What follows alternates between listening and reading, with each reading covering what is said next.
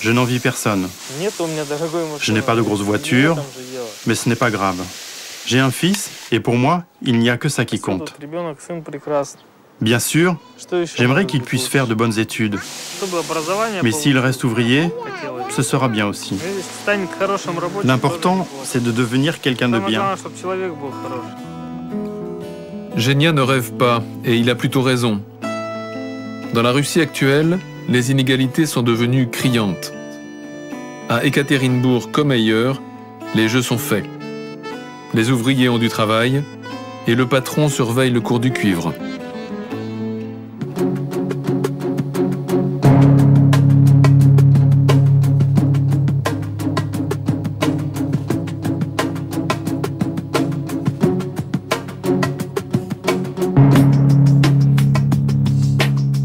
Voilà maintenant à 3500 km de Moscou, en pleine Sibérie, aux portes d'une autre ville, Tomsk. Et c'est là, en franchissant cette rivière, que Michel Strogoff est capturé par les Tartares.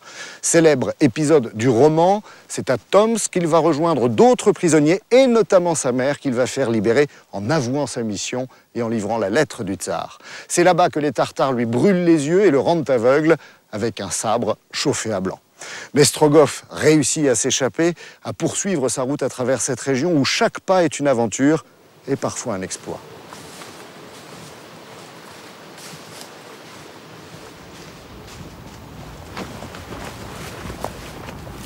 Explorée par les scientifiques au XIXe siècle, la région a en effet rapidement dévoilé toutes ces richesses qui font aujourd'hui la fierté, la force, la puissance de la Sibérie. Pétrole, beaucoup de pétrole. Gaz naturel, d'immenses réserves et des minéraux, des métaux du plus précieux au plus utile. Mais n'oubliez pas qu'avec une superficie de 13 millions de kilomètres carrés, la Sibérie possède avant tout un autre trésor, la forêt.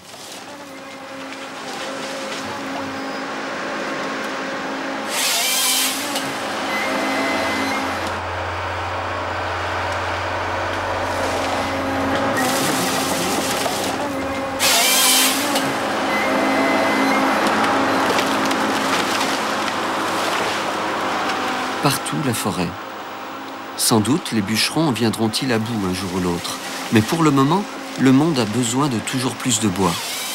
Alors aujourd'hui, Igor coupe et scie. La taïga, c'est mon gagne-pain. Quand on me parle de mon travail, je montre comment ça se passe. Je raconte la forêt, mais en fait, quand je regarde un arbre, je ne vois que la façon de le scier. J'évalue son volume, j'estime son prix.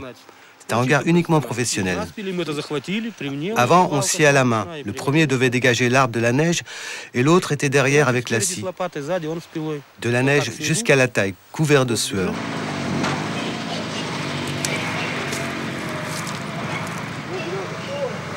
Le soir, les conducteurs d'engins rentrent à la maison. Le chemin qui mène à leur village, à 2 heures de trajet, c'est eux qui l'ont fait. Bien obligé, c'est le seul moyen de venir jusque-là pour couper les arbres, puis les transporter jusqu'au fleuve.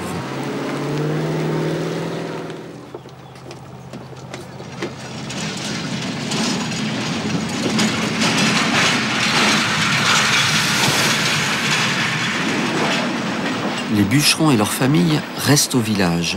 Seuls les arbres s'en vont. Avec le fleuve, bien sûr.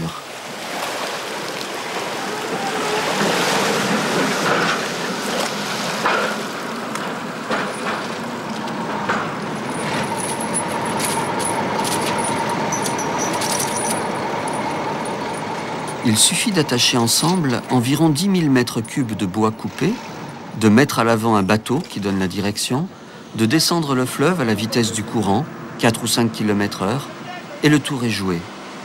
En 5-6 jours, si tout va bien, le convoi se retrouve à Lessosibirsk, la ville du bois. La routine, ou presque.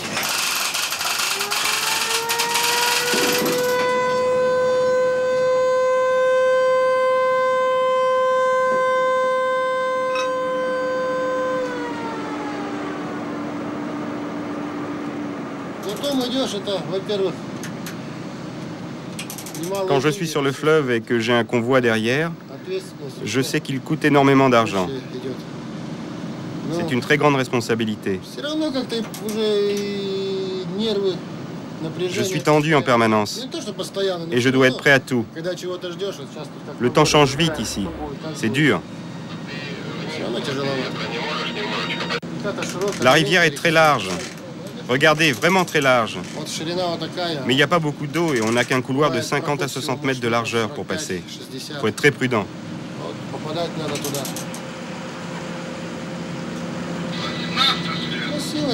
C'est très beau ici. Comme on navigue toujours lentement, j'aime beaucoup regarder la côte et les montagnes. Il ne faut surtout pas laisser s'installer l'ennui et la monotonie. Alors j'écoute de la musique tout le temps. Depuis le début de la saison de navigation, à la fin de l'hiver, c'est le 4e magnétophone que j'use.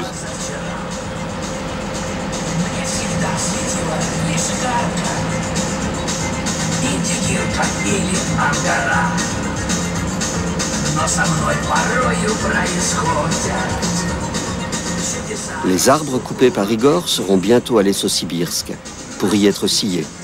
Mais leur voyage ne s'arrêtera pas là.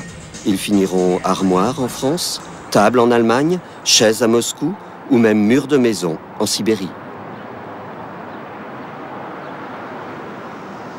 Tomsk, plus que toute autre ville, nous plonge dans l'atmosphère du roman de Jules Verne, grâce notamment à ses maisons en bois. Patrimoine exceptionnel, on en compte encore aujourd'hui plus d'1 millier dans la ville, avec leurs murs en troncs de mélèze, assemblés sans aucun clou, seulement calfatés à l'étoupe de lin, comme on le faisait jadis pour les coques des navires.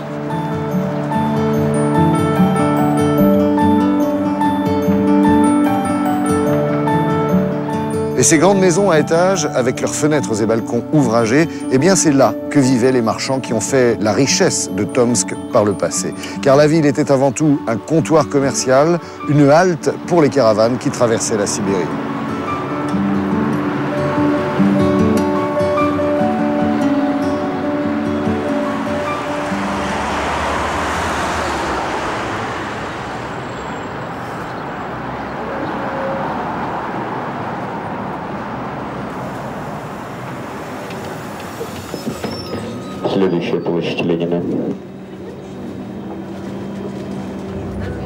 Sa réputation, Tomsk la doit aujourd'hui à son université, la toute première de Sibérie, créée en 1888. D'ailleurs, les étudiants représentent maintenant 1/5 des 500 000 habitants de la ville.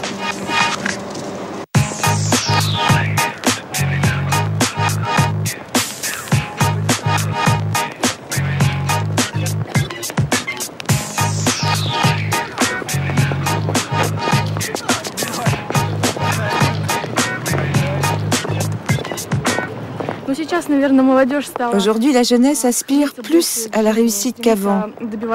Elle fait preuve d'une plus grande détermination. Peut-être qu'on est plus ambitieux que nos parents. On veut atteindre des sommets plus élevés, occuper une place dans la société, avoir une certaine importance. C'est pour ça qu'on grimpe cette échelle. Et votre génération, elle est motivée par quoi? Par le succès, par l'argent? À mon avis, aujourd'hui, c'est irréaliste de subvenir à ses besoins et aux besoins de sa famille sans avoir fait des études. Et mon métier, ce que j'aime faire et ce que je suis en train de faire, m'oblige à poursuivre mes études. Apprendre des choses nouvelles, c'est indispensable de nourrir tout le temps son cerveau. Et c'est impossible sans faire d'études. C'est parfait. Спасибо большое, Natacha. Good luck. Bye bye.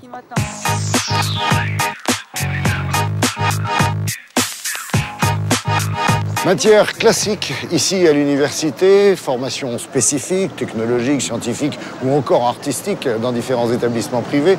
Ajoutez à cela une école polytechnique et vous obtenez une pépinière, un foyer intellectuel de tout premier ordre où recrutent d'abord les entreprises de la région. Elles sont nombreuses et l'histoire de certaines est plutôt surprenante.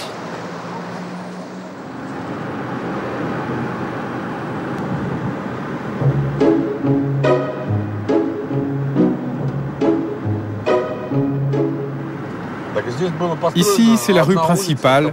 Il n'y a que des instituts scientifiques. Je suis venu à Akadem Gorodok pour rentrer à l'université et après, je suis resté. C'est assez tranquille, une atmosphère provinciale. On n'a pas la pression qui existe dans une grande ville. La société est assez homogène ici. Tout le monde vit à peu près pareil. Les scientifiques ou ceux qui ont des entreprises privées, et même les retraités, il n'y a pas de grande différence. On n'a jamais eu non plus de statue de Lénine dans la ville. Personne ne l'a collé sur un piédestal comme un héros national ou une idole.